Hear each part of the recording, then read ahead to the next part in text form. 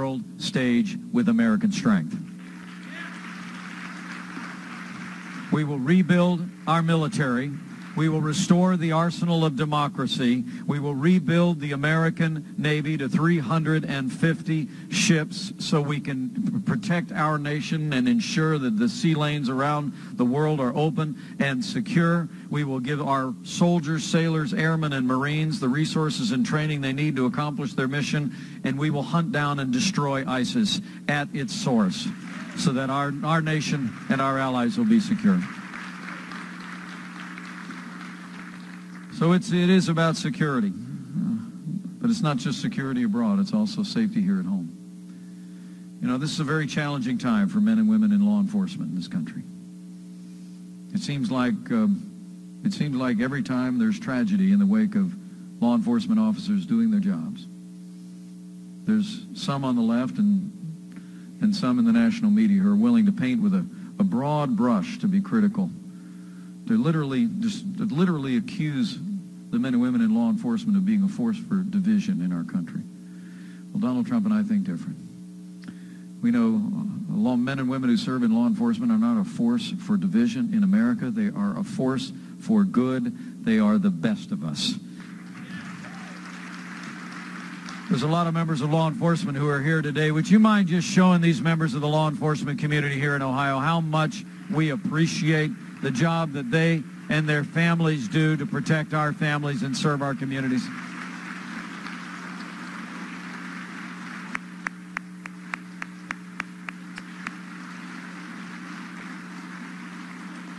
Thank you. I want to promise you, when Donald Trump becomes the chief law enforcement officer of the United States of America, Donald Trump will support our law enforcement at every level. We will provide them with the resources and the training they need to protect our families and come home safe to theirs, and we will restore law and order to every city and every community in the United States.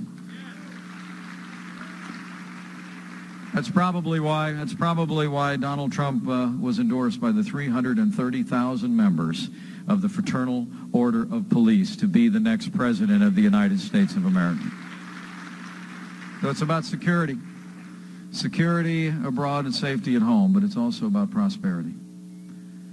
You know, we're in the midst of the weakest economic recovery since the Great Depression. We have the lowest labor participation rate since the 1970s. Hillary Clinton's plan is more of the same. More taxes, more regulation, more Obamacare, more of the kind of war on energy that's been stifling American jobs. You know, they tell us this economy is the best we can do. Hang in there. That 1% economy is going to come around, right? But I think you people in the Buckeye State know a little bit better. It's not the best we can do. It's just the best they can do. And when Donald Trump becomes president of the United States of America, we're going to put common sense, conservative principles into practice, and we're going to get this economy moving again and put America back to work.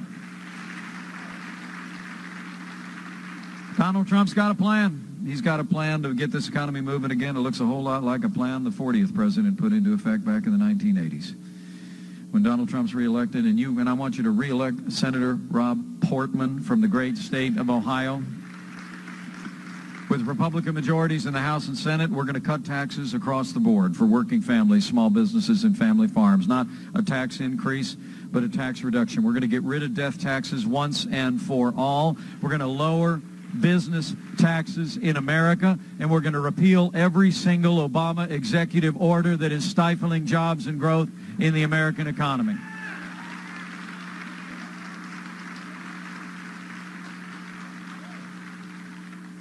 We're going to have the kind of trade deals that support jobs in America first. Donald Trump and I know that trade means jobs. Exports here in Ohio support jobs here in Ohio. Imports keep the cost of goods low. But we're going to make sure when Donald Trump becomes negotiator-in-chief that when trade means jobs, trade means American jobs first. And we're going to have the kind of deals that put the American economy at the top of the list. When Donald Trump becomes president of the United States, also we're going to, day one, the war on coal is going to come to a crashing halt. We're going to develop all the resources of this land.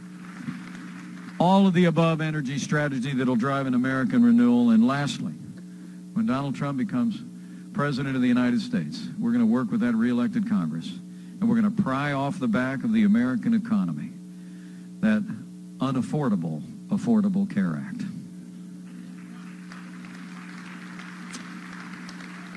I don't know if you heard about President Obama's speech. We had a couple days ago in Miami. They were celebrating the 3rd anniversary of Obamacare, the launch of Obamacare. I was actually in the Congress when we fought against this thing. And every single one of us said that what's going to happen is the premiums are going to go up and coverage is going to go down, which is exactly what's happened, which is why former President Clinton said it's the craziest thing in the world the other day. But that's not the best line. President Obama this week, literally, he compared I'm not making this up, he compared Obamacare to the Samsung Galaxy 7 phones, which have been spontaneously bursting into flames. He did. Here's the quote. Here's the quote. This is President Obama. When one of these companies comes out with a new smartphone and has a few bugs, what do? They fix it. They upgrade it. Unless it catches fire, then they pull it off the market. Well, Mr. President, that's exactly what we're going to do with Obamacare. We're going to pull it off the market. We're going to repeal it, lock, stock, and barrel, and we're going to replace it with the kind of health care reform that lowers the cost of health insurance without growing the size of government. We're going to use the power of the free market to meet the health insurance needs of the American people. That's how you solve problems the American way. Wow. But finally, as we talk about security and we talk about prosperity, I expect you've come to this summit today to talk about the issues that bear upon our values.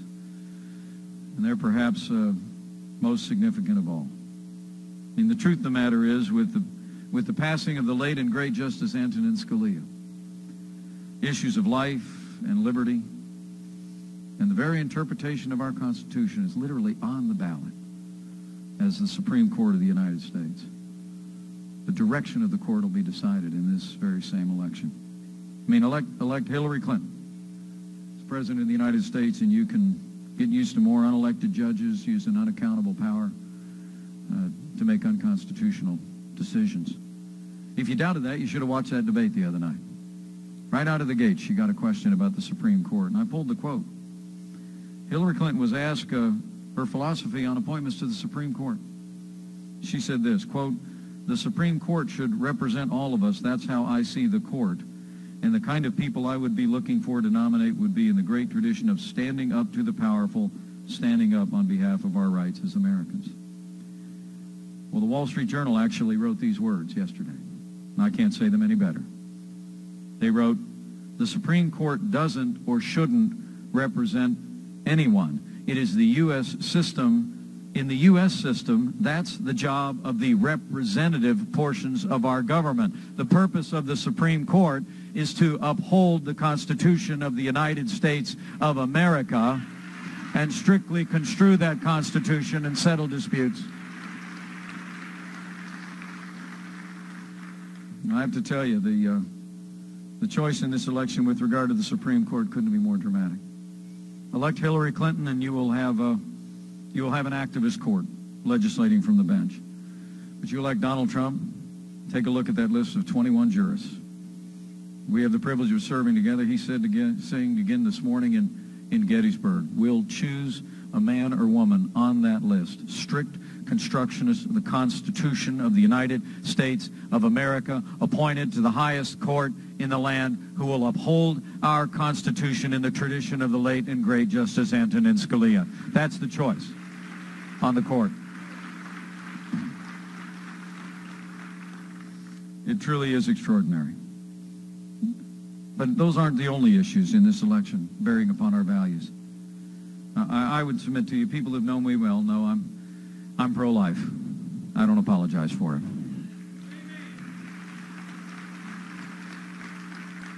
I think a society can be judged by how it deals with its most vulnerable: the aged, the infirm, the disabled, and the unborn.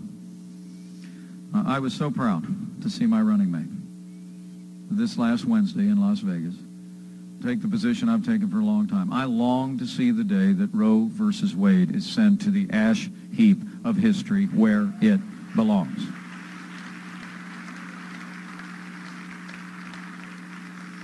But not just with the court or issues of life.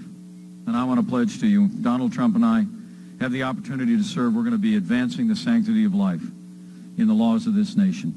We are going to sign a bill banning late-term abortion in the United States of America.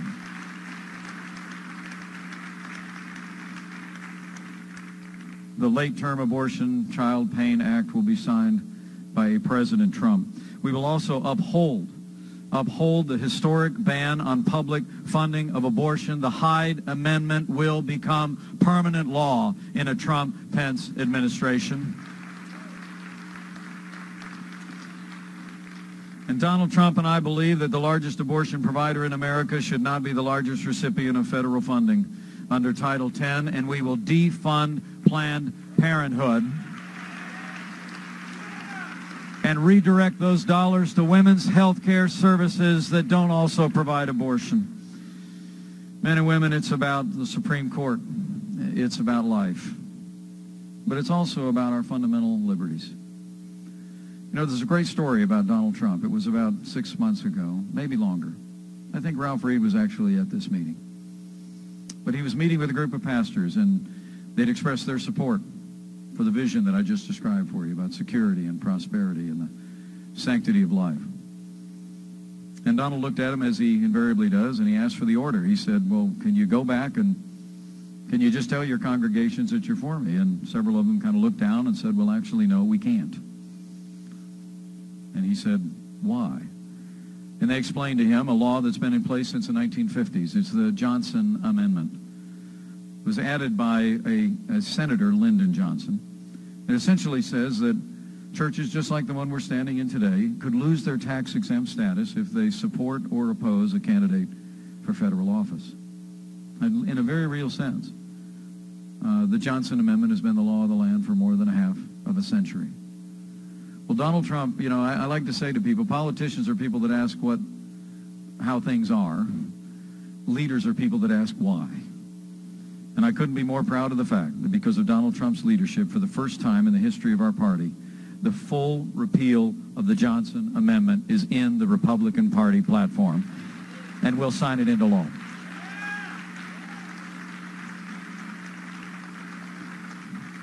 And this is not a small matter. You know, I studied American history as an undergraduate, and I've got a lifelong love of the study of the American founding and the great progress of this country.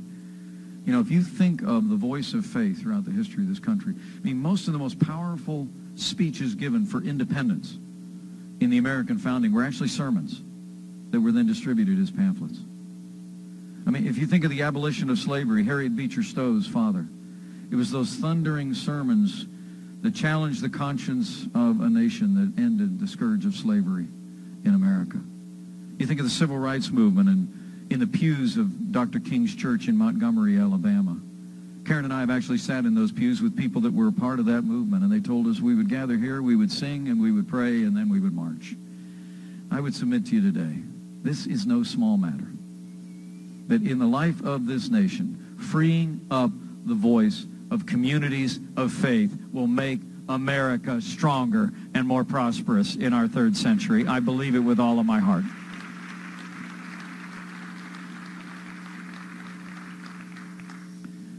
So let me just simply close, and thank you for your patience this morning. I know I've been a little chatty.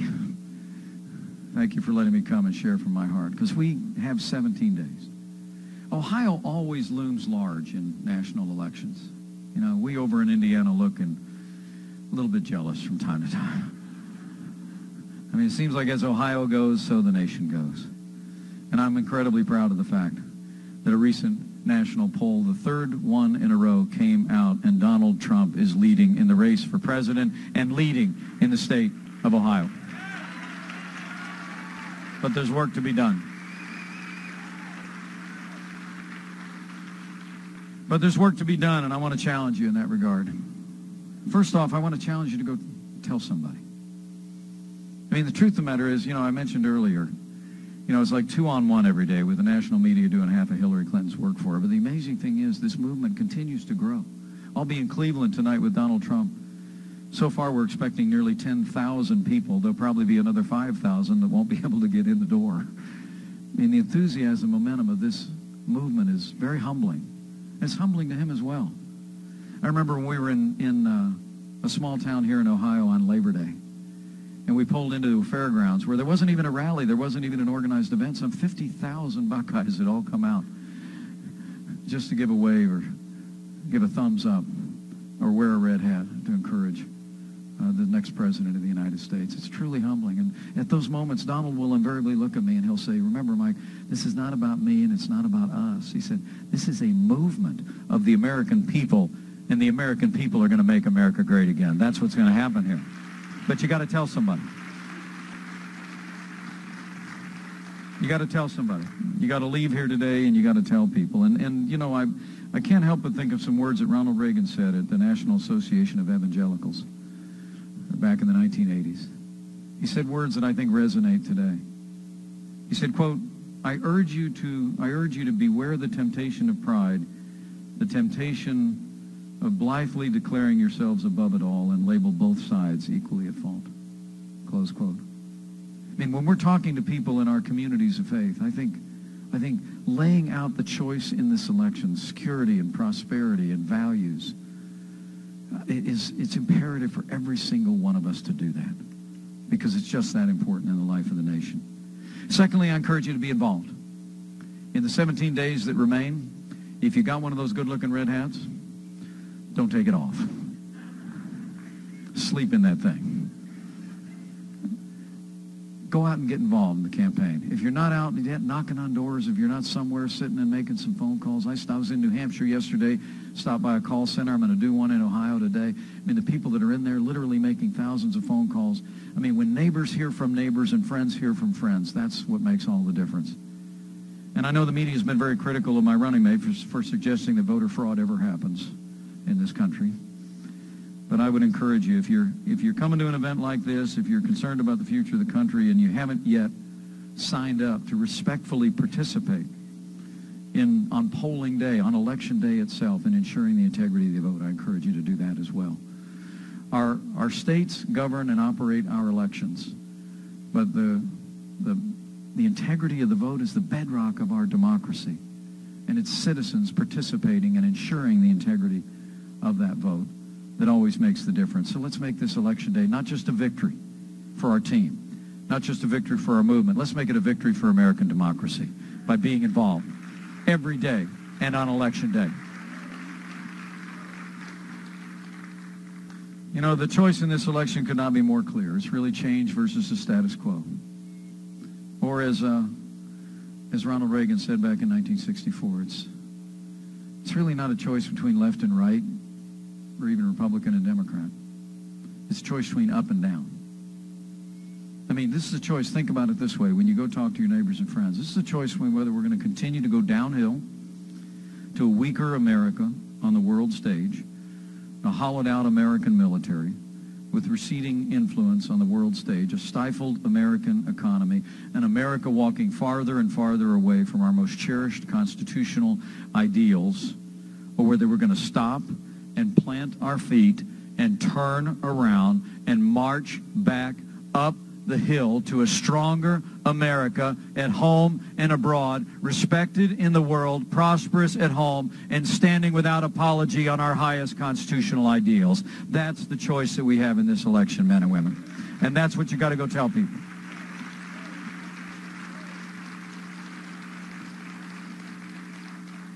Buckeyes and believers in the room, I tell you, that's what you got to go tell people. But the last thing I want to encourage you to do is probably what I don't even have to ask this group to do. And that is, if you're inclined to bow the head and bend the knee, as I know you all are, it's a good time to do it. Effectively and fervently. Because we know what that results, don't we? And I'm not really talking, if I can just take myself out of the choice that America will face and to say, I'm not really talking about praying for one outcome or another. I'm just talking about praying for this country. I mean, this is just a very challenging time in the life of our nation. And Americans, I think, are more anxious today about the future and our security than at any time in my lifetime. And I truly do believe that while we have a decision to make, that we ought to be going to the wellspring of strength that Americans have drawn from since the very first day the Pilgrims set foot on Plymouth Rock. And, you know, I rather like my running mates in Gettysburg this morning. I was there a couple weeks ago. I rather like what Abraham Lincoln said when he was asked about whether he thought that God was on his side in the great struggle of their time. And he said, I don't concern myself so much with whether God is on our side. I concern myself with whether we're on God's side. So make that your prayer. So take time to pray for our country. Pray for all those who serve in uniform at home and abroad. And pray in a way that's confident that what's true today has been true for millennia. That if his people, who are called by his name, will humble themselves and pray, he'll do like he's always done in much more challenging times. He'll hear from heaven, and he'll heal this land. This one nation, under God, indivisible, with liberty and justice for all. Thank you very much, Ohio. It's an honor to be with you.